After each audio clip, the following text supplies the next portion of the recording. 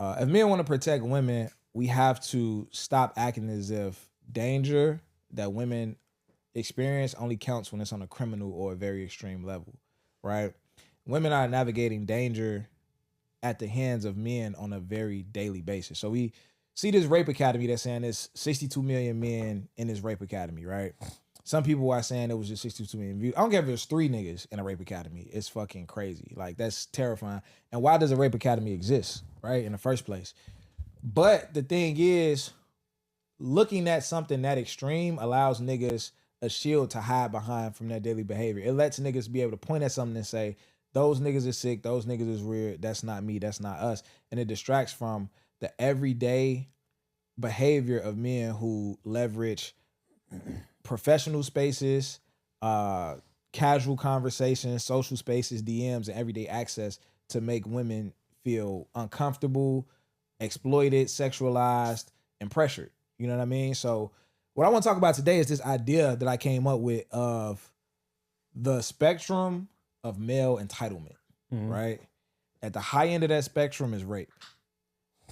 On the other end of that spectrum, a lower end of that spectrum is, for example, a concept that a past behavior that I brought up a few months ago on a podcast where I was talking about how I used to maybe talk to a woman who I didn't feel that attracted to, and because I felt like I usually talk to more attractive women, she should like me, right? That's entitlement, right? And that's an example of that male entitlement. So we're gonna go through that spectrum. Another example, a young lady just in New York trying to take a class to get a driver's license is in the car in the driver's school with a 50-year-old man who's saying, "Oh, your hair looks nice. I like your tattoo." She getting out the car, her shirt lift up a little bit. "Oh, you got some nice waist beads," right? Just taking it there, right? And she's trying to manage his emotions by being nice to him because she's in a neighborhood she don't know with a man she don't know, alone in this car. So she's trying to be nice to him so he don't get frustrated and do something that and get aggressive, right? But it's causing a feedback loop to where her being nice to manage his emotions is making him feel like he has permission to go even harder. So he ends up getting her phone number from the registration of the school and end up texting her, right? And it gets worse than that, right? We'll get to that shit later in the show. And my last example that we'll also go deeper into later in the show is I brought up a long time ago on this show, maybe last year, that a lot of times, in many cases, men are taught to sexually assault women. And niggas acted like I was just saying the craziest shit in the world. Nobody knew what the fuck I was talking about, right? Even though the simple concepts that men learn and understand at an early age, like, let me put the tip in. Yeah. Like, what is that situation? That's a situation where a girl don't want to have sex and you trying to figure out a way to have sex anyway, even though you know she don't want to have sex. That's the same thing we learn at an early age, fingering girls. Why? Because they don't want to have sex. So you're fingering somebody who has already denied you the opportunity to have sex. And sometimes even women perpetuate it, maybe unknowingly, but in the sense of you will hear a woman joking saying like, "Oh, I went over there and he was giving me a massage." Next thing I know, I got fucked, and be laughing about it. But how much does that, perpetuate men doing things? Because really in that situation, what you're doing is testing the boundary. You probing to see like how far I can go, right? Instead of just getting the consent up front. And sometimes it's okay, the woman down for it. But there's other times where she's not okay with it. There's other times where you're essentially getting her in a vulnerable position and then trying to go in for the kill instead of just saying, you know what I'm saying? Like, that's what I'm on. Having a conversation, saying this is what I'm on, having like a level of informed consent of the whole situation. So these are the things I'm talking about when I say men are taught to say, because these are things that you taught. You might be 15-year-old talking to a nigga that's 19 and he trying to give you some game, and this the type of shit he telling you to do. We not gonna act like in college it wasn't common behavior for niggas to buy as much liquor as possible when they know there's women on the way. Why? Because they feel like if these girls drink enough, it's a good chance that somebody might get fucked, right? Yeah. Like, and that's common behavior in college. But when I say niggas was taught to say, all niggas is like, I don't know what the fuck you talking about. Like, this is everyday shit, right? And we don't learn till later on is coercion. So I say all that to say, we got to do a lot better at identifying the daily behaviors, not just looking at the monsters, right? Because most women experience danger on a regular basis from average men doing things that we don't feel are unsafe. We feel like, oh, I was just being nice, even though I'm disregarding the next person's comforts. If you lazy, you waking up at fucking 3 o'clock in the afternoon and shit like that. Popping bottles. You're setting the tone for everybody because you're the leader. Popping pills. That's just what comes with being a man. Popping bitch ass niggas. I don't want nobody making decisions over my life except me. Not a woman, not a judge, not an officer, not no motherfucking body. When them bullets hit them up, look like son had a seizure. Run up, give it up, you know the procedure. I be sipping Jack and honey. I don't think nothing can make me feel like a man. I don't think nothing can make me not feel like a man. Days on my collar. You can't take the benefits of being a man without the responsibilities. Give you niggas halos on God in the king. So that's the episode today, man. Welcome back to Roses I Did. I'm your co-host, Terry Rosen. I'm your co-host, Jones. You gotta introduce yourself, nigga. You ain't got no. Damn, we ain't gonna do it like we ain't gonna do it like that. We got a motherfucking special guest, man. He didn't put the camera on me. I was watching. Oh, now he did. Yeah. Well, y'all. Hi, guys. Spoiled it. Spoiler. Spoiled it. It's Jody. Damn, First time in front of a camera since 2025. Everybody back in the building. Yeah. The gang's all here. Well, everybody now. We're missing a few people. Yeah, Maybe yeah. we're missing a few 5 people, but- actually. Just a few. 5? It's about 5 people. So, we back, man. This is Roses I Did. This is a show where we walk the path of self-improvement. We invite you to walk that path with us. And we understand that. What do we understand? We understand that if you blame yourself, you make better decisions. We understand that everything is not our fault. But if you blame yourself, you make better decisions. God damn it. It's been a long day, guys. It's been a long day. It has. How y'all we going? Well, we good, man. Smooth. My grandma's funeral was yesterday. Condolences. Yeah, appreciate it. Condolences. Appreciate it. Lived a long life. 88 years old. Oh, for sure. For sure. And I read the obituary. That was my first time speaking at a funeral like that long. And I was cool. I was good. You know what I'm saying? Like if somebody live a long life like that, I'm not that much hurt about it. You know what I'm saying? It's usually like those young deaths that really feel like, man, they should still be here type shit. I was cool up until, and this ain't the first time this happened. I was cool up until I see my dad get emotional. Cause that's like the strongest nigga I know. Like just emotionally, mentally, all of that. And as soon as I seen it affecting him, I'm like, shit. I don't know, it started affecting me. But beautiful celebration of my grandmama's life. So Absolutely. other than that, you know what I'm saying, the week is still good. And shout out to my job. Like They paid you.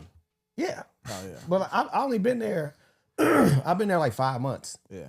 And I got I get 3 bereavement days. Oh, that's dope. And this the list of people who I can get bereavement days as long as I'm like, these benefits is crazy. They give you a list of people for bereavement? Yeah, like Yeah. they give you. All companies It's do. probably like, Because some but most companies only ain't allow a you lot. to do your immediate Right. family. Like if that's not your mama, your daddy, your kid, I'm like glad I never Yeah. worked in corporate. don't let it be an uncle. For real. Shit Oh, you out of could. luck.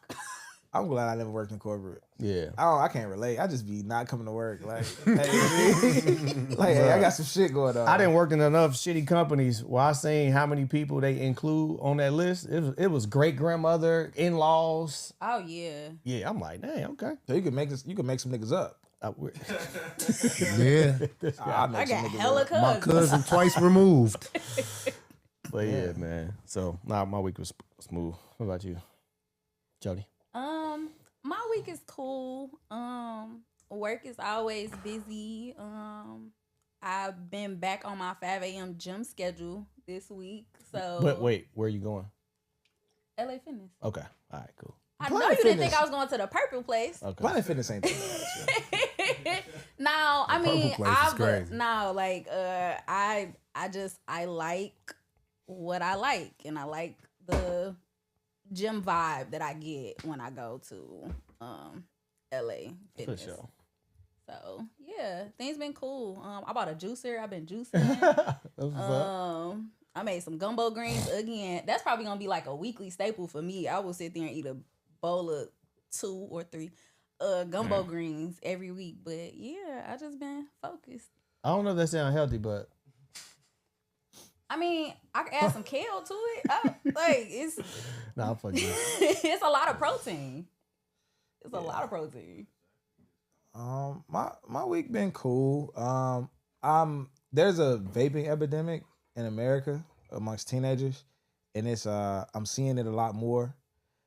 I haven't taught in a long time. It wasn't a thing when I was teaching, but I was at a school today, and they was telling me that 90% of the fights are over vapes. We just had a young man from Hyde Park High School get killed over a vape, and it's real. Like, it's a lot of weed vapes. Most of them are plastic, so they get into the metal detectors. Kids not staying in class. There's a lot of can I go to the bathroom rules. A lot of kids getting high in the bathroom, and some kids getting high in class. I remember teaching 30 kids in one classroom. I can imagine if half of them was high. It's crazy, right? Yeah. And every school that I partner with, every school that I go into, high school, and even some elementary schools is becoming a problem, but in high school, it's a big problem. But it's like a 15-year-old shouldn't be able to walk into a gas station and get a vape. Like that shouldn't be happening. So they're getting the vapes from gas stations. I personally feel like this is bigger than a school issue, and it's a community issue. It's a community health issue. If there were black people selling black kids vapes, there would be like a vape to stop black people from making money or whatever it is. This would be like national news. Like they made $1 million in a year selling vapes to kids and da-da-da. This would be like that. And it's just like, because it's Arabs that own these gas stations and these corner stores are selling our kids vapes, it's just being completely overlooked. And I think this needs to be like a community advocacy issue. Law enforcement need to be involved. I feel like law enforcement, if this was back when we was like 14, 15, like especially like around like my some relatives' house, like the type of niggas that was outside back then, them niggas are going to gas station. If you sell any of these shits to these shorties, we on your ass type shit. Yeah. And that shit'll stop. But now outside just ain't like that. Yeah. You know what I'm saying? Yeah. And that might be what it needs to be as well. But this is also why I never pray for other countries. Mm-hmm. This is why I never pray for other countries.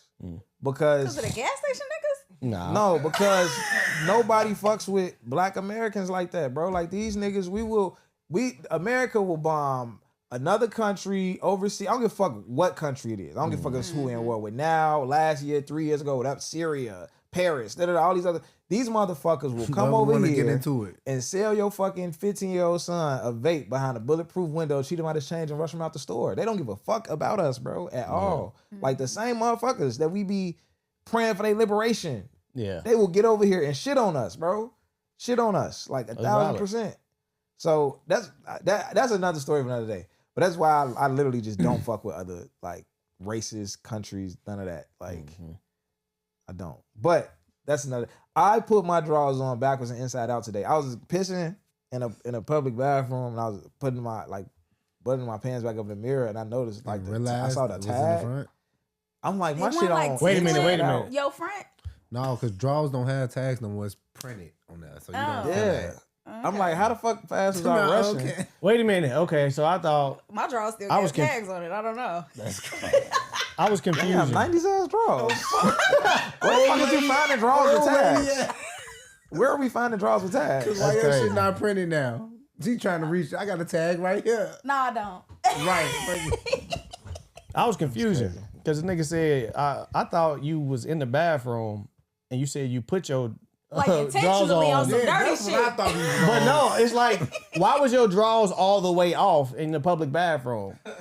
No. I just finished using the bathroom. I noticed that they was on inside out and back. Did it happen in that bathroom or maybe at the house? It happened at the house when I put my drawers on this morning. Nigga, like, I was just making sure, brother, because it sounded like you did it in the bathroom. Wait, so y'all ain't never put y'all, I was supposed to say y'all panties. Y'all clearly don't wear panties. But I definitely put my panties on inside out and didn't realize it until the next time I went to the bathroom. Reggie don't wear panties.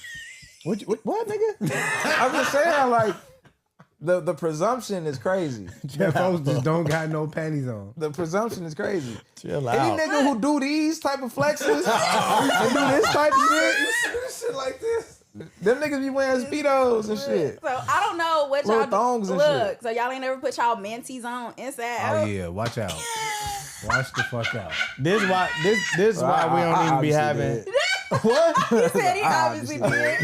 I'm gonna say, y'all know how y'all talk about the damn penny ball when you take your y'all draws be in penny balls, minty balls too. Shit, y'all this My drawers don't ball up. I don't know about that. I got some nice quality texture drawers. They don't ball up. Ball my shit ball up. up. Folks say Express not got you some throw good. it and it lays flat. Yeah, you throw my drawers on the That shit bounce off the wall. spread out. What is that? Starchish draws. Them bitches nice. They nice. They good for low. I've definitely earned my drawers as a shorty before. Yeah, folks say he I've got definitely that, done First day of school? elastic band. First day of school. First day of school vibes. 100%. That was the event. That was the First day of vibe. school. Y'all ever walked around with a condom on?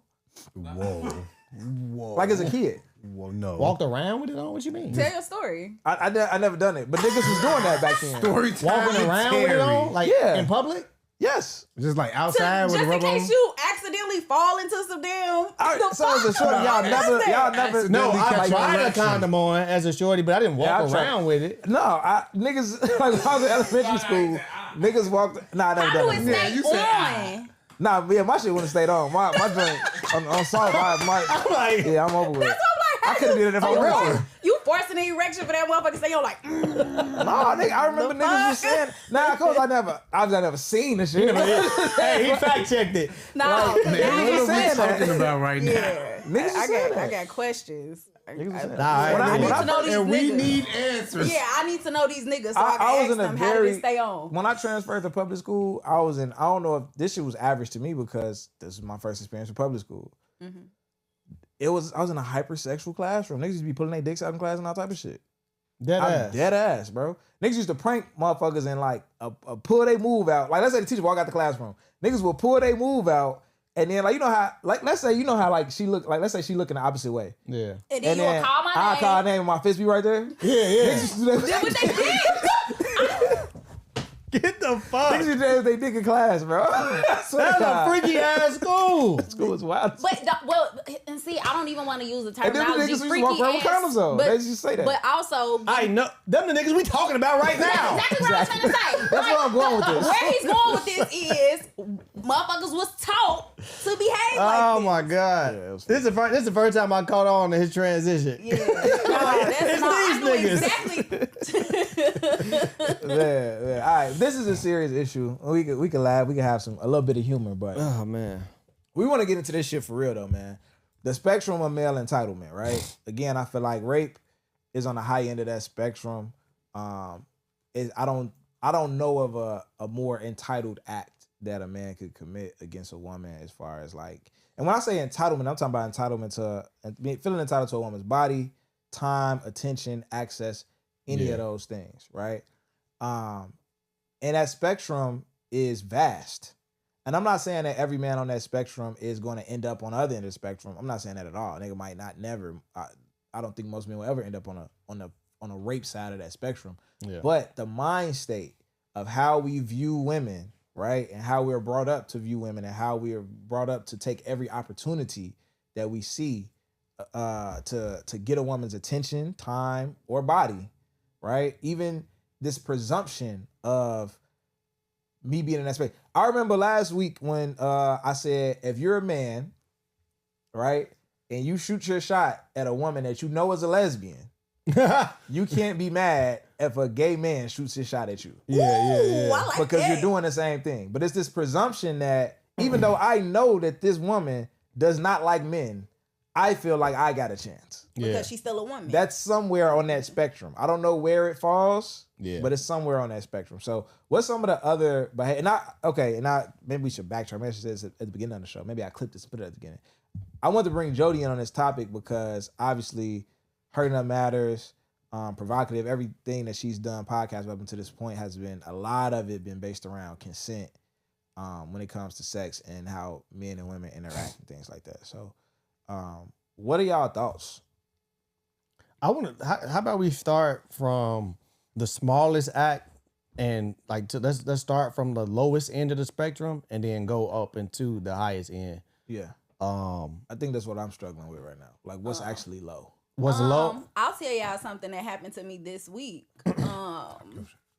And it's something that So first I want to say that rape culture is rooted in patriarchy. It's rooted in how we are socialized to view female and male dynamics. That's the first thing.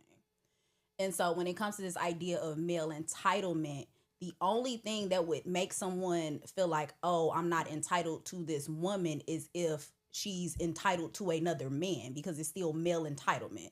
So this week in particular, I'm at Fair Play getting the stuff I need for my gumbo greens.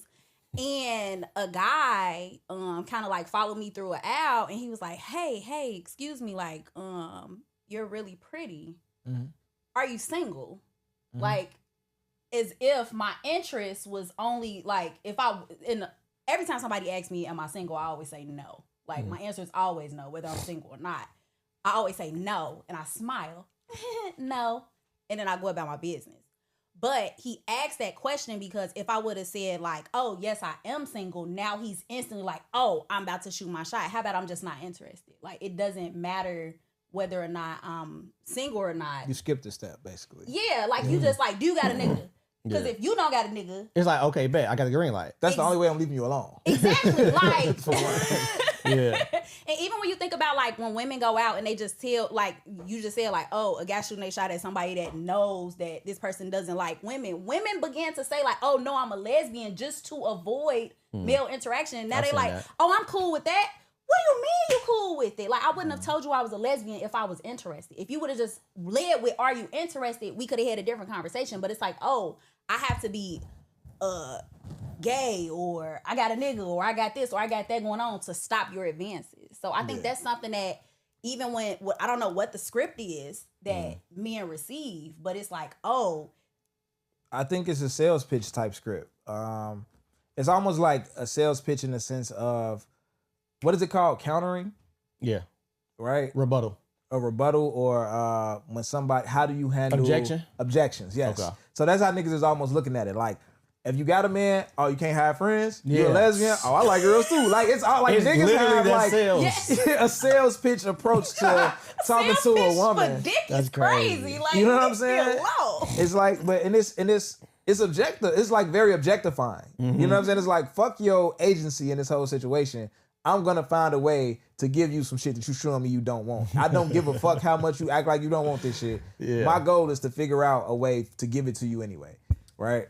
One of the weapons men use is politeness, and just being nice.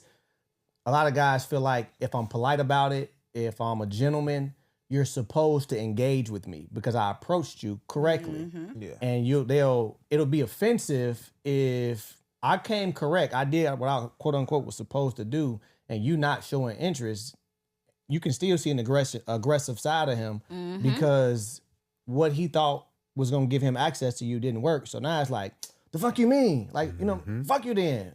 But because he feels entitled because I did X, I'm expecting Y, and since I didn't get it, my entitlement is flaring up, and it's like, I'm pissed. That's like a small side of it. I dealt with so a guy you'll put that on the low side of the I'll put that on the low side. I don't know if that's on the low side. I don't think it's in that situation, because like just on some approaching type shit. No, I hear you. But I'm saying like getting that aggressive though. I don't know if that's. I was gonna say that's a domino effect into. I feel like it starts there. That interaction. Yeah. And that aggressiveness now is up a notch. Now right. Okay. So that's what I'm looking at. Like the aggressive part of it, I wouldn't say is on the low. I'd say that you kind of pushing it. Yeah. Now you pushing it because the type of reaction that you had, the type of reaction that you had, you moving into the middle. Absolutely. You had something? I was gonna say it kind of puts me in the mind of like, you know how they say like, all right, good guys want to fuck too. Like, being polite doesn't entitle you to anything. Be polite because that's who you are. Like, don't be polite because you think if you're doing something with the intent of trying to fuck anyways, and I'm not on that, then it doesn't matter if you're aggressive. It doesn't matter if you're polite about it. At some point or another, the veil is gonna come off. Yeah. So it's like, all right, cool. This person I know is aggressive, but this person I'm finding out is aggressive. Which one is worse almost? It's almost worse that you led with, oh, I'm this great guy, and now I'm like, damn. The defenses is down.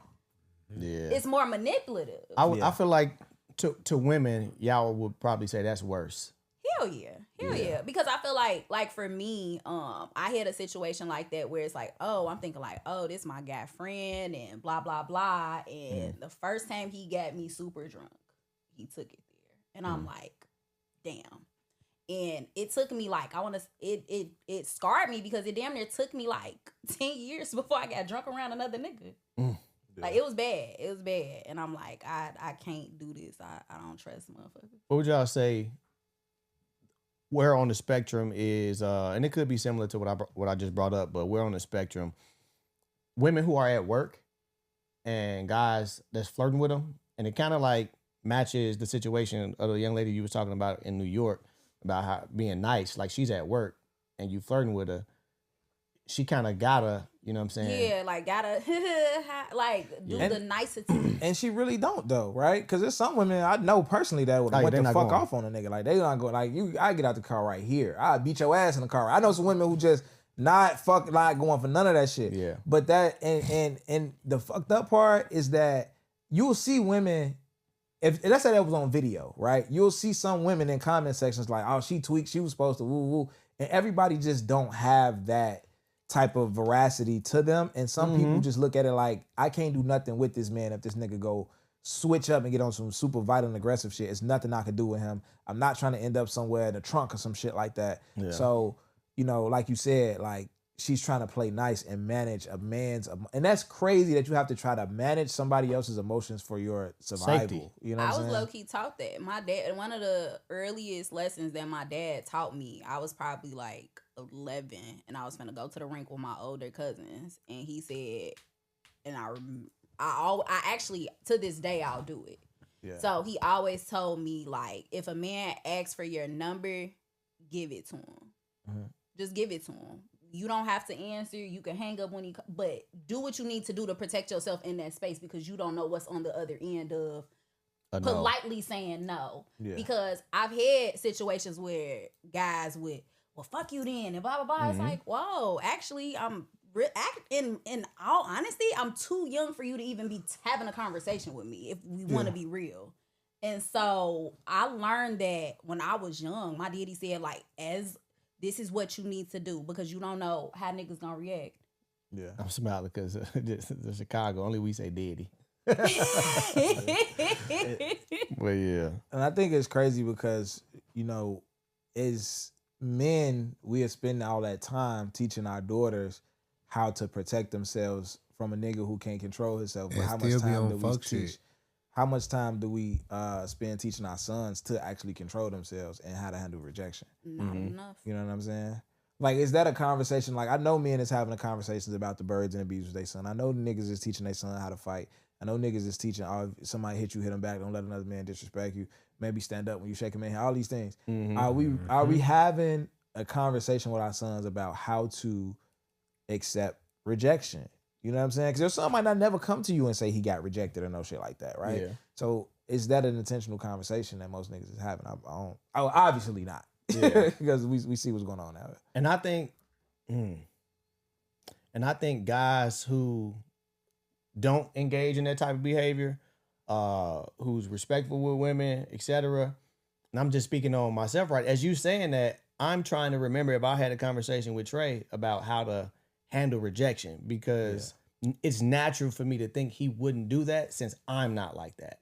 Yeah. So now I'm like, because we've had, like you said, birds and the bees, other conversation, interaction with girls, but I'm trying to see, have I specifically had a conversation with him about how to handle if a girl, you know what I'm saying, curve you in a mean way, in a cool way, whatever, because he at the age to where, like, a girl will try to embarrass you. You know what I'm saying? Like in that high school age, get the fuck out of there, ooh. Yeah. I'm not sure if I had that conversation with how to handle that. Yeah. So I will. And I think some of that can be learned behavior too, because I feel the same. If me and you both, we riding our bikes, we shorties, we 14, we ain't even riding bikes no more, but we whatever age, we at the mall, we shooting our shot at girls, right? And you get rejected by a chick, I get rejected by a chick. We feel the same feeling when we get rejected, the same embarrassment, the same shame. We feel that same feeling around rejection, but I see you handle that feeling by saying, bitch, fuck you, woo, woo, woo. And I see what you did with that energy. I just ate mine. Yeah. And now it's like, but no, you like gave that energy back and got it off your chest, and now you laughing, smiling and shit because you just embarrassed her. So now I'm like, oh, that's how to feel better about this shit. Like, Let me you know transfer my sadness over to her. That's how I get the one up in the situation. You know what I'm saying? So it could be a learned behavior. It could be something that's like, because you're not having that conversation, you're not learning it from the right way to do it. You just learn the wrong way to do it when you just see other niggas do what they do. You know what I'm saying? That's interesting to me.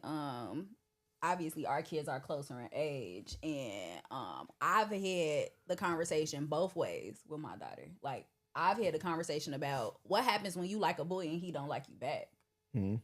I need her to understand how to also deal with rejection. Like, that's important to me. I've talked to her about consent for years at this point, right? And I think it's important because even like Terry said earlier, sometimes women perpetuate that same conditioning, those same ideas. So often, even not even on a like, oh, you like this person of the opposite sex, but even when you think about your engagements, like, well, the conversations that I have with my daughter, the conversations that I have with her around her platonic friendships, it's okay to just be friends with a boy, and for him not to, like, want anything more from you, and for you not to want anything more from him. Like, it is okay to like people as friends and not want anything more, because again, we are socialized to view female and male dynamics very specifically. There has to be sex involved. Yeah. In order for there to be any sort of, there has to be attraction, there has to be sex, and there doesn't. And I think our generation in particular, this is the first time that, like, we're damn near, our generation is like the rebels. We're having these thought-provoking conversations. We're trying to change the things because we speaking up. We saying like, yo, the way our parents raised us, like. I think we the first generation that was pushing back against adults. I'm grown now. I ain't going for that shit. Yeah, I was so quick to be like, you know what? This is what, and I had to like. I'll leave. Get the fuck up out of there. All right, I'm gone. Like, I'll leave. But I think those is many there's no such thing as too many conversations around consent. Because it looks different depending on what the situation is. It might be a situation where I don't consent to this conversation. Like, I'm notorious for saying that. Like, I don't consent to this conversation at this time. Like, you can't force me to have a conversation with you. I don't want to engage in this right now, and I should be able to step away from it. The rejection shit, right? I haven't had a conversation with Carter. I have had a conversation about rejection, but it's within another conversation, right? Yeah. So he was telling me that a couple years ago, he was trying to buy a girl something for Valentine's Day. So then ask her to be his Valentine. I'm like, don't buy it, just ask her. Stop trying to get leverage over the situation and just ask her. You know what I'm saying? And he eventually, the result of that was him coming back and saying that her dad said that she can't have a boyfriend, right? And I'm like, okay, how did you take that? She was like, well, maybe one day her dad will let her have a boyfriend. And like, ooh, I'm like, oh, you'll be there, huh? Just waiting. Like, you know what I'm saying? So it's like, of course I don't want myself to feel like I'm just going to wait until she, whatever the case may be. And it's cool that you really like this girl a lot at this moment in life. That's absolutely fine. But I had to explain to him as well, like, maybe that's the case, right? That her dad won't let her have a boyfriend. But I had to tell him, like, rejection comes in a lot of different ways, right? Sometimes somebody will tell you something just so they don't have to hurt your feelings. Sometimes it might actually be the truth. And then next month you might see her with a boyfriend dating another guy, right? And it might be because she just didn't like you enough to break her daddy rules. You know what I'm saying? Like, one day her daddy, she'll be fucking 25. Her daddy still telling her, you better have a fucking boyfriend. She gonna like some nigga someday enough for her daddy to just accept the fact that she date boys now. Like, you know what I'm saying? Boy, he can't control it at this point. Yeah, but so I'm like, for you right now, you just need to accept the fact that that it's off the table, and you don't have to worry about the details of why. Because, and I'm not saying that so you could presume that she's lying, but if she changes her mind and does something and, start dating the next boy, I don't want you to feel crushed about it. Like, I thought you said that you can't have no motherfucking boyfriend. It's like, what the fuck is now you crashing the fuck out? You fucking lied to me. Like, you know what I'm saying? Like, she might be telling the truth. At the end of the day, it's not you. Yeah. Like, that's just what it is. You know what I'm saying? So we've had these conversations about rejection, and they just look so different at different times. I feel like it sounds like we both could get specific on what we talking about today. Because I've definitely talked to like that you said the why doesn't matter because it Yeah, doesn't, it and that's don't, what I yeah. like. Tiana, she liked this boy at her school, tall, light skin, hazel eyes. I'm like, oh my fucking go. god, like Them niggas. got the damn. They in control the, now. the dangly bang? ass. No, you know how they had like the see it the science kid ass dreads. Oh no. What they That's funny as call free form some shit or whatever. I don't like the shit. I don't think it looks cute, but that's the style. That's how they wearing their hair. And He got a vape. I don't think. I honestly, he's an athlete, so I don't think he I don't think so. So But he might be vaping because he can't smoke. But I don't think so. But again, I'm like, of course you like this one. Yeah. Of course you like this one. All of your friends like this one. Like that makes sense. I can look at I'm like, yep, that's the one. Right? And so she straight up like, obviously this is my child, so she go after what she wants. I like you. Oh yeah. I'm like, she What's told up, me. nigga? What's up, nigga? Is crazy. So she went and he was like, nah, like I just I'm like we friends and everything. cool, I don't and she felt some type of way about it. And I know she felt some type of way for months, but I kept telling her I'm like, sweetheart, it doesn't matter why he said that. It truly does not matter. Yeah. Because it's okay for someone not to like you. Yeah. Let's just put that out there. It is okay for someone not to like you. Just because you like someone doesn't mean they have to like you back. That's first. The other thing is, don't feel like you need to change who you are to get him to like you either. Yeah, because That's a good one. at that age, she like, oh, well, maybe if I wear this crop top or these it doesn't matter. It doesn't matter.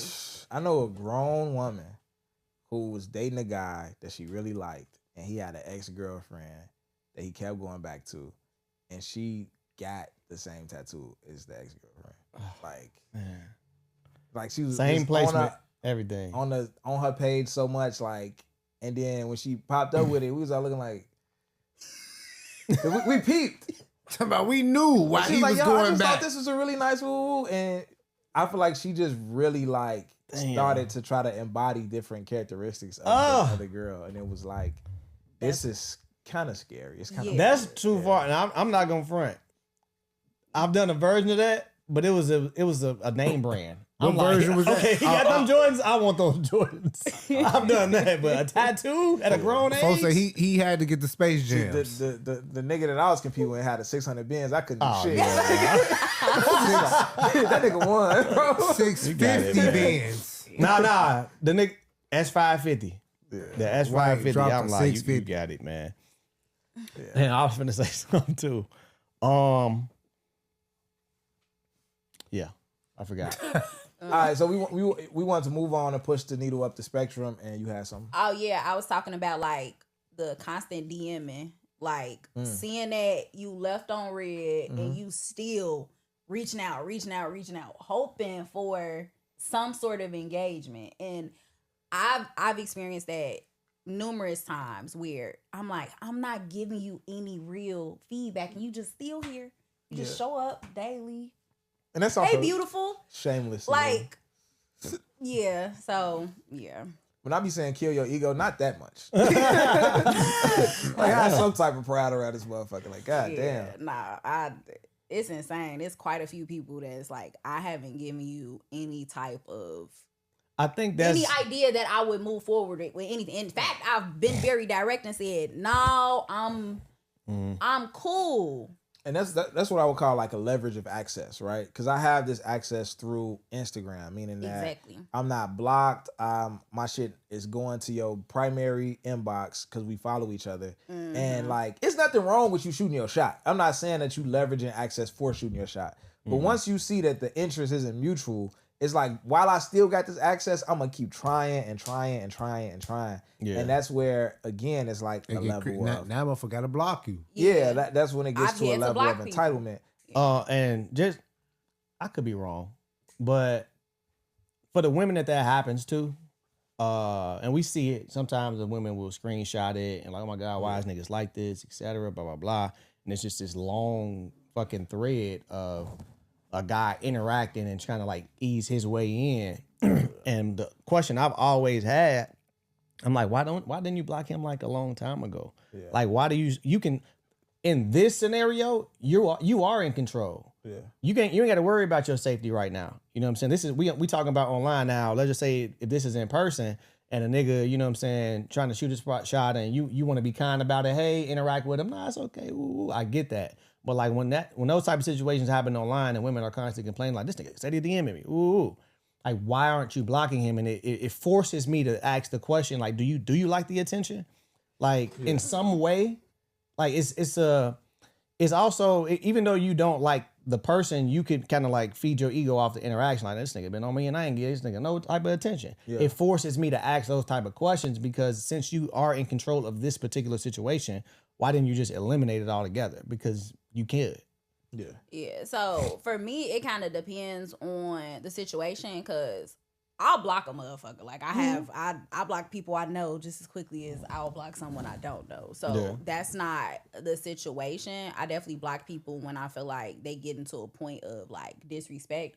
It depends on in what context I actually know the person. So I only follow people back on Instagram if I actually know them. I don't follow strangers. That's why my follower, like the amount of people I actually follow is like I've had some sort of conversation with you at some point or another. It be for me, the people that damn near show up in my inbox and I'm like, I don't respond. You not bothering me necessarily. I just open it up, I leave it on red, and that just is what it is. But a lot of them be niggas I went to school with. Like, I always had a crush on you. No, you didn't, nigga. You used to bully me. No, you didn't. I was a nerd. That's how some niggas like show the crush. And I don't like that. I never liked it. And I'm teaching my daughter not to like the nigga that bullies her. Like, don't like you not gonna be mean to me and say that's your version of showing me that you like me. No, it's not. Like, I don't want a mean man. Don't want it. Like, I'm mean enough for the both of us, if I'm being honest. Like, you don't have to being mean to me, like saying stuff to. And also, I dated someone that did shit like that. Like, I gotta bring you down to size. Like, is you that's cool? always crazy. Like, no. But it starts with, I'm going to be mean to you to express interest. So then when I do be nice, it's like, oh, this feels good. It's manipulation all over again. And that's taught early. I just thought about, I'm kind of backtracking a little bit, but when you was telling Carter, like if you see her with somebody else and it's like, what? You told me? Like, that shit is going to happen forever. It is. Like, I just remember like a couple years ago, a situation, I was shooting my shot at a girl. She like, no, I ain't really in that space right now. And I was like, all right, cool. Yeah. And like maybe 6 months later, or probably even less, A lot can happen in a relationship. I was like, oh damn, that's crazy. But I never internalized it. But I was just bringing up that example. Whereas that scenario, that's gonna happen, and you're gonna do it to people. I was gonna say, it definitely goes both I've done ways. it to somebody. It was fucked up. Like I ain't ready for a relationship, and then boom, I'm in one. I wasn't ready for this one either. I'm here. I'm here though. She just won. It's okay. She just won. It's crazy. It's okay. Like somebody gotta win. Somebody gotta win. That's funny. I love that. I wasn't ready for this one either. You had mentioned how sometimes when people post these things online, there are women in a comment saying, oh, she should have did this, she should have did that. Anytime something happens to you, right? You experience something. There's a couple different ways your nervous system, your body, your brain can react to that. Yeah. Some people will fight, some people will freeze, and some people will flight. Mm-hmm. Yeah. I know how I personally deal with stuff because there's a pattern. I've had enough human experiences to know that I'm not always a fight person. Sometimes I freeze when it's a situation where, when it's an uncomfortable potentially sexually violent situation with a man, I'm going to freeze. Mm-hmm. It's not like, oh, I'm going to fight, I'm going to do this. That's not how I respond to that type of event. There are other people that will respond that way. That's not how I respond. Yeah. And I do think it's important to even talk about that because it's like you can't say what someone should do in that situation. You can't say what you would truly do in that situation unless you've had enough of these experiences to happen to you for you to know that that's how you would deal with it. But I just wanted to Absolutely. say that. Absolutely. I think. Go ahead. You had something? No, I was just saying. Go ahead. I think another thing that we have to acknowledge on a broader scale is that rape culture is American culture.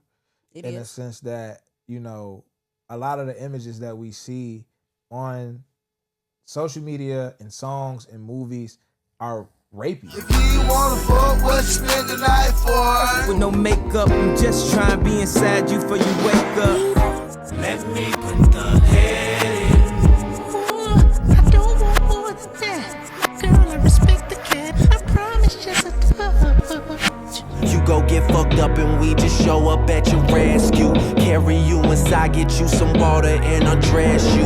I give you my all and the next morning you'll forget who, or why, or how, or when. And it's, you know what I'm saying? At the end of the day, like, everything is over sexualized, and we start seeing that from early on. But even again, like, Kendrick Lamar got a song where he's saying, "Let me put the head in." Yeah. Right? Which nobody like really bats an eye at that. Like, it's kind of like this childish, like, you know, like, oh, I just really want it really bad, even though I kind of see that you don't. And it's like, it's not a big deal. And when I say rape culture is American culture, what I'm saying is that it's so ingrained in the fabric of the things that we see that it's normalized. So when I say that we all have participated in it, it's not a shot at anybody in particular. It's like, this is how niggas are programmed intentionally by media. Like, it's not no in particular nigga. Now, the thing is, as a grown man, as an adult, you have to get to a point to where you're educating yourself. I was fortunate to end up in a sociology class and in a mentorship program in college that started to teach me about male privilege. I was sitting in that class fucking lost. I'm like, what the fuck are y'all talking about? I'm a black man in America. I don't got no fucking privilege. I've been taught that my whole life, that everything is going to be you got to work twice as hard to get half as far. So the whole story that I was sold about my identity and my existence is that I'm on the bottom and I'm trying to work my way up. So when you come to me as a grown man in college and you tell me I have male privilege, I'm pushing back against that completely. You telling me I'm oppressing women, I'm oppressing black women. What the fuck is you talking about? And I was like fortunate. Like, if I didn't go take that particular class, get in that particular male mentorship group, I would probably still have the same ideology that I was walking around the world with. And I would probably still be engaging in a lot of rape culture type shit, because you have to unlearn these things. It's not something that, so I say that because there's a lot of niggas that might be watching this right now, like, oh, well, women are entitled too. Nigga, put your skirt down. We ain't like, you know what I'm saying? Like, I hate if we talking about one thing, but but I understand why a lot of these conversations be so hard to accept for me, because it was hard to accept for me when I first started hearing of it. You get what I'm saying? But it's undeniable. It's the truth. It's really how the world works. So I just wanted to throw that out there. I like that you brought that up, because on the other end of that, like, we have to, like I said earlier in the episode, we're socialized to view female and male dynamics very specifically. That's a patriarchal thing, right? Yeah. The other thing of that is that, think about how, all right, y'all are taught as, you know, men early on, oh, just keep asking, or, you know, like, in more ways than, you know, in a lot of different ways, you're taught, like, oh, just be persistent, keep asking. You'll wear her down. She'll eventually say yes, right? Women are also taught, play hard to get. Like, we're being taught very similar things. Like, so if you telling me play hard to get, as if my no isn't supposed to mean no.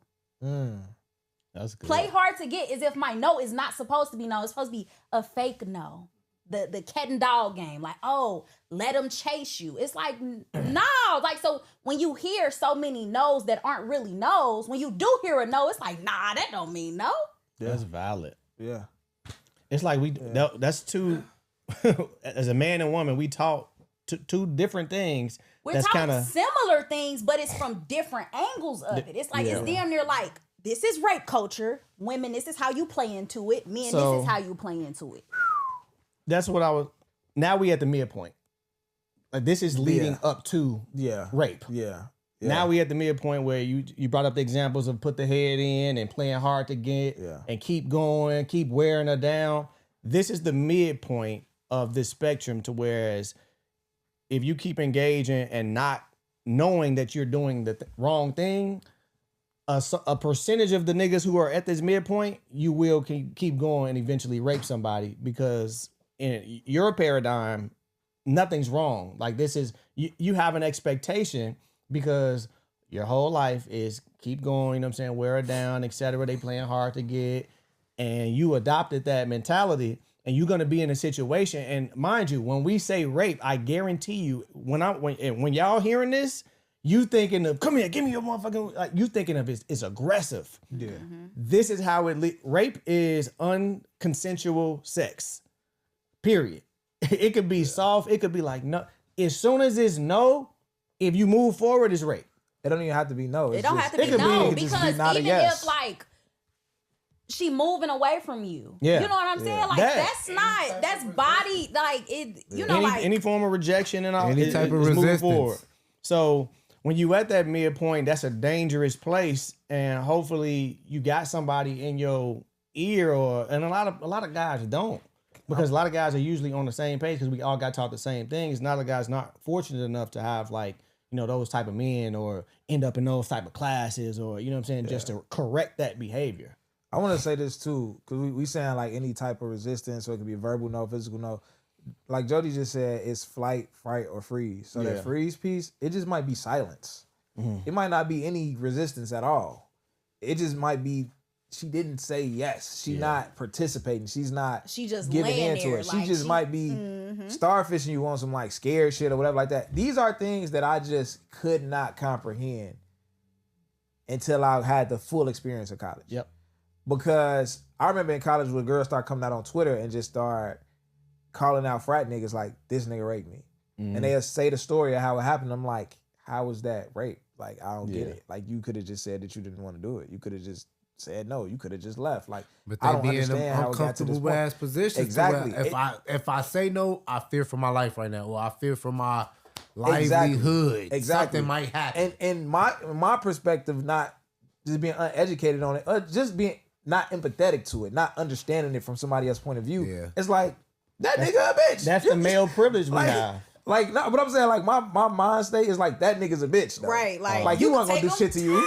Like, you know what I'm saying? That nigga not even like that. He not even that type of nigga, but it's like, I'm a man saying that about another man. And that's how this is a woman that might be half this nigga's size, whatever. Even if she twice his size, don't matter. At the end of the day, like, it was very difficult for me to understand these things. And I feel fortunate to see those things up close and have that perception. A lot of niggas just don't. Yeah. So it's like, we have to, first of all, do our part to educate niggas. You know what I'm saying? Because the each one teach one shit don't stop with kids. Like, at the end of the day, we all in one community and niggas got kids. You know what I'm saying? So as grown men, we should be educating other grown men. Like, hey, I know you might, have been in a bubble your whole life.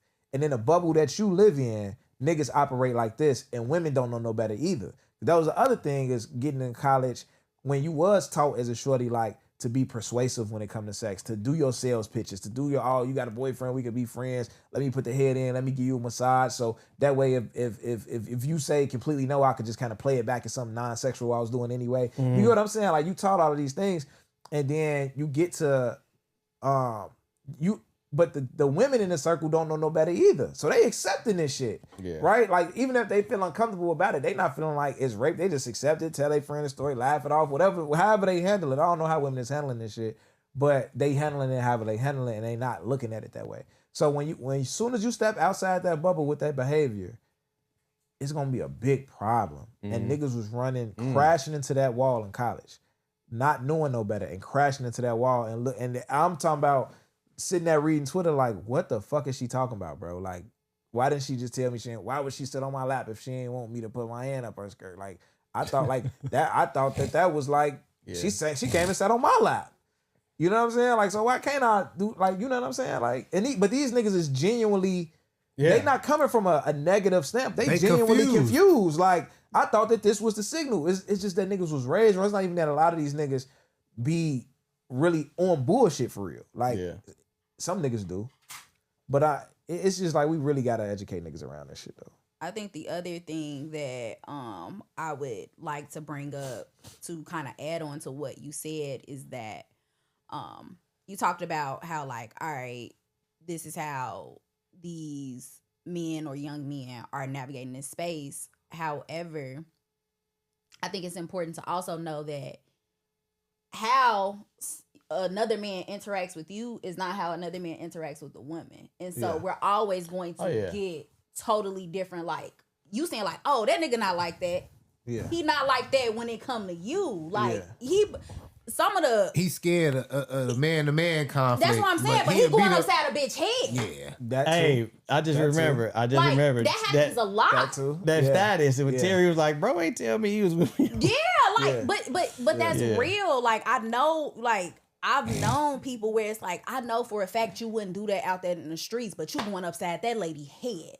But even if you're not actually having those physical interactions, I know a lot of women who feel like they boyfriend or they brother or whoever is just a tough ass nigga. Yeah. Just because of how he act. He ain't even hitting no. He just act like a tough nigga. Like, he telling you stories about shit that didn't happen, about how he up the pole and pistol whipped the nigga and beat that nigga up and he the man in the streets. That didn't happen. Like, for real. He's like, a liar. It's some women. You ever met a girl who thought her big brother was just that nigga, and it's just like, him? like what you talking about? Like, we took his pole. He told me, bro, I ain't even know you was messing with my sister, bro. You know what I'm saying? So it be that part too. Like, niggas do be having those presenting ways that's just way off and shit. I seen a reel not too long ago, and I had showed my girl. It was funny, and then I realized, I'm like, wait a minute, this not really funny. It was a girl. It was this white girl, and she was walking down the street, and it said, POV, you acting retarded, so you can walk down your block and get to your car or some shit at night or whatever. And so she was walking down the street like this, doing this little funny movement or whatever. Yeah.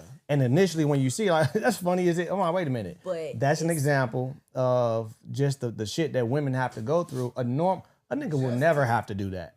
That's male privilege. How many times you seen a girl pretend she was on the phone just to walk through a crowd of niggas? Headphones on, nothing is playing. Yeah. And I can imagine, like, I know what I feel like walking through a crowd of niggas in high school. I know what I felt. Imagine a motherfucker reaching for you. Oh my God. Like, motherfuckers be groping people and dare you to say something. Shut the fuck up. Like, what? Why you walk through our shit? Right, you could have walked around. Y'all on both sides of the fucking hallway. What I'm gonna do but walk through the middle. Yeah. It's tough, man. It's tough, and it's especially tough how early girls go through that. I was having an interesting conversation. I don't even know if this connect all the way to the point or not. I was having an interesting conversation with a young lady who was telling me that women, this is how the conversation started, women who are getting older in age who still dress like they young with the leggings and the bodysuits and all that shit. Mm-hmm. She was saying that she understands from a perspective why women do that, and they be at an age where it's just like, you too old for that shit. Yeah. And it might be, and she's felt like it might be because when you start to wear things that are less revealing, you feel like your level of they might be used to being an it girl and niggas trying to talk to them and having that confidence. And then when you start to wear stuff that's less revealing, it don't show your shape as much. Mm-hmm. Niggas not on you as much. Niggas don't feel like you as sexy. And that might be hard for women to accept, especially when they get into an age where they got to accept that they not that girl no more. They not the main attraction when they walk in the room. And I was explaining to her, that's not how the male gaze works, right? Whether you have on the tightest pants, tightest shorts in the world with a fat ass, or you have on some work type pants that, you know, you can just see the top of the ass and the rest of the pants are flared out and loose.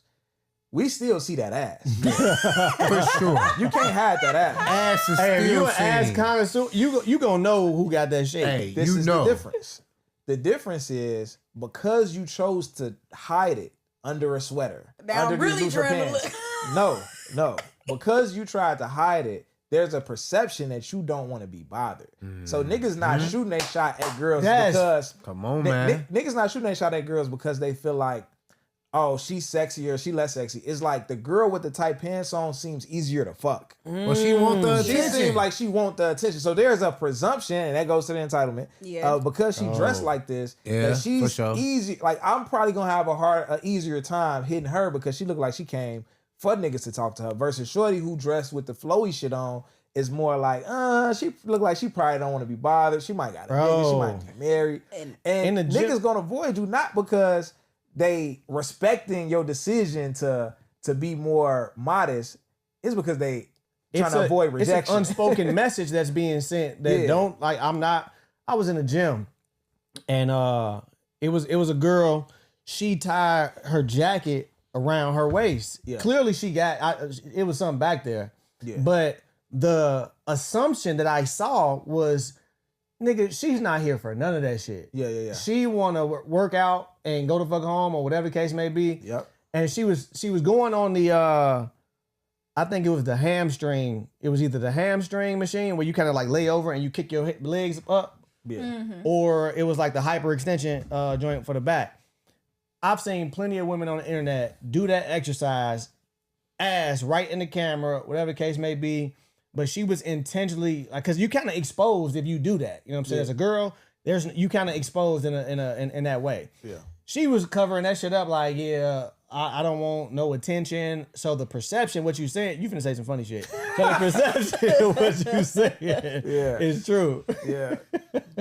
I'm not gonna say some funny shit. I think that gets into this idea of, and we've heard it in the victim blaming conversations and discourse around how women dress, is if how she dressed makes her more like, all right, now you're accessible to me because you decided to wear a skirt. It's like, it's hot outside. What the fuck you want me to wear? A turtleneck and some fucking dickies or some shit? It's situational. It's situational to be. Yeah. And it just, I think the rape stats disprove that because For sure. I believe most women are getting raped domestically, like in their own homes by niggas that they know. By motherfuckers that they know. So More often than not, it's all somebody that like that you know. what she wore shit don't kind of go out the window when you actually look at how most rapes are being committed. Which is crazy. You got A&P? Yeah. I said this. I think I said this last week. I'm having a good time on Threads, man. Okay. Good I'm for having you. like Threads. It's an entertaining place. It's an educational place.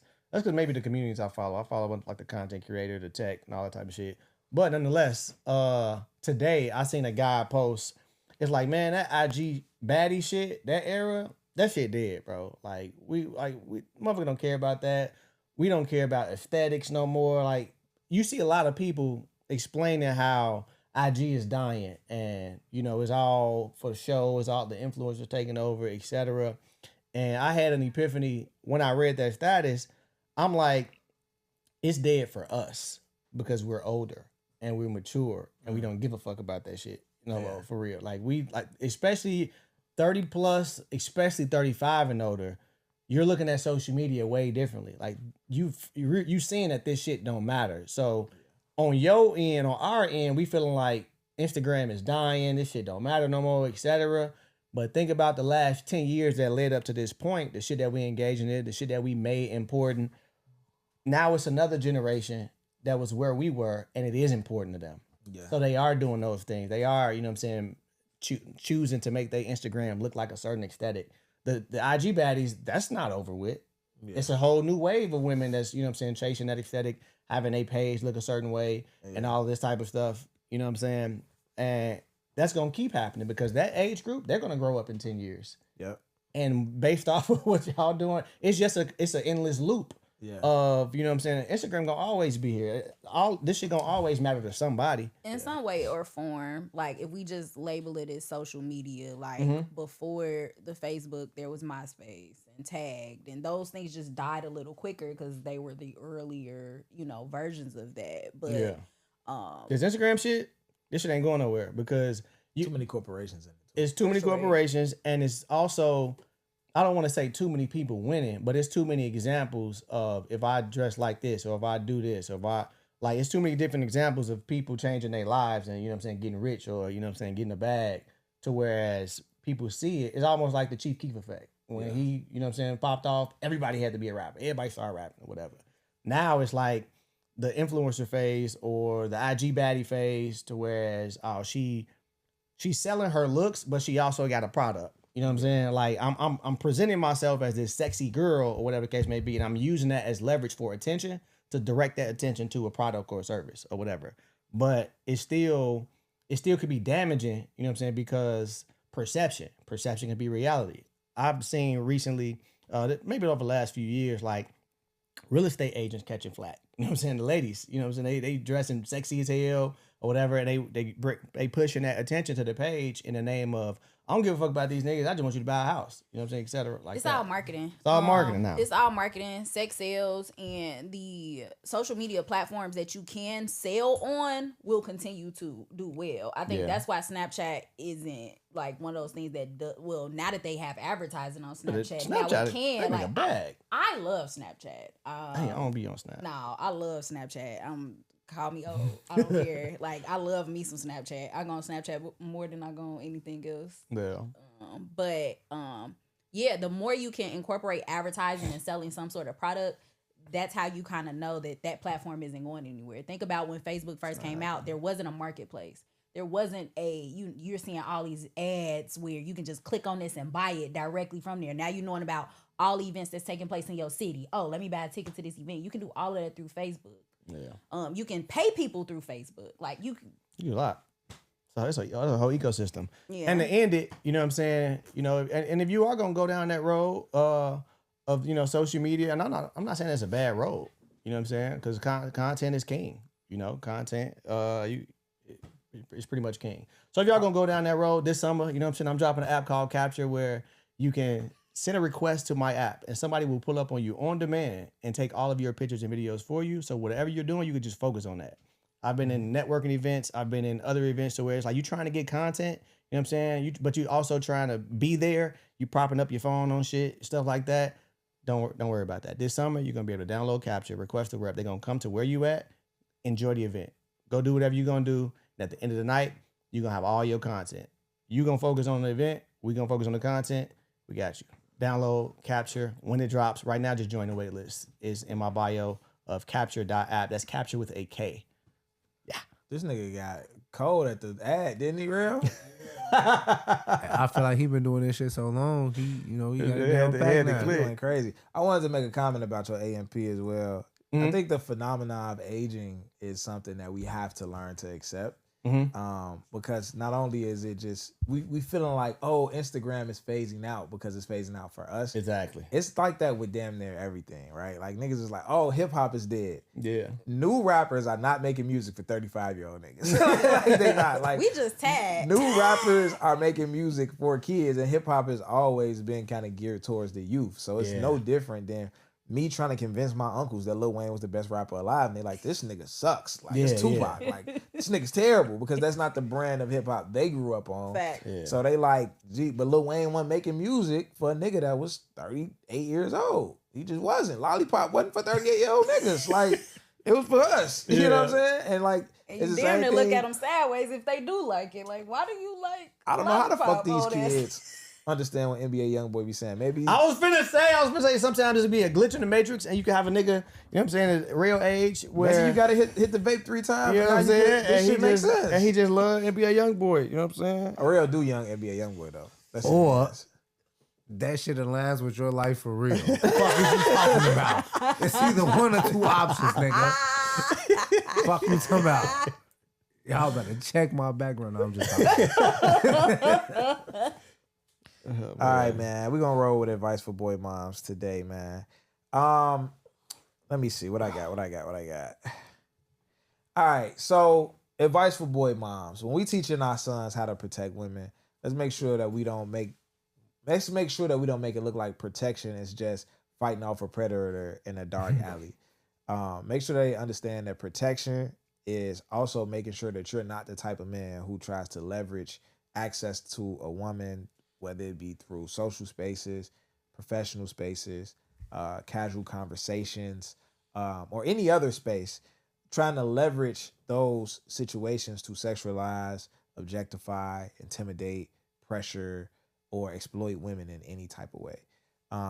Let's make sure that the standard isn't, let's make sure that the standard is that I make this woman feel safe versus that I technically do anything wrong in this situation. What else? What else do I got? I actually wrote a few things on this. Let's make sure that our sons are not confusing access with permission, right? some access is just granted through default settings of how life is. You have to be in class with this person, you're sharing a gym with this person, you're sharing a train car with this person, whatever the case may be. That is not, proximity isn't permission to, you know, do whatever you want to do with a woman in any type of way, right?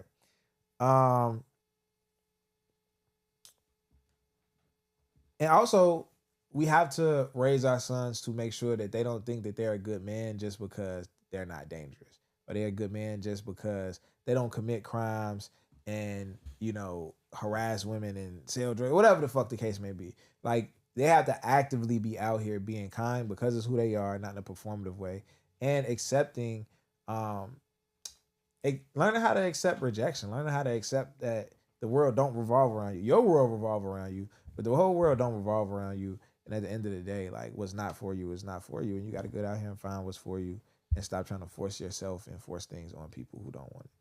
Right? So that's my advice for boy moms today. As I always say, we want to let them know where to find you. At work? At work, the fuck? Oh yeah, Jody gonna do the content. Yeah, they could. I guess they could find me on Instagram. That's always where they could find me, because I don't want them to find me on Snapchat, and I don't want them to find me on Facebook. So yeah, on Instagram, I'm Please Jody. Please Jody. My name is Terry Roseland, and if you're chasing anything in life, make sure that you know, make a devout decision about what you want. Make sure you make a proper plan, and make sure you sacrifice. I got the double D, the double P, and I don't have a double S. Make sure you make a sufficient sacrifice. Sufficient. I fuck with it. The side plan of sacrifice. Shoot. We out. So God in the king.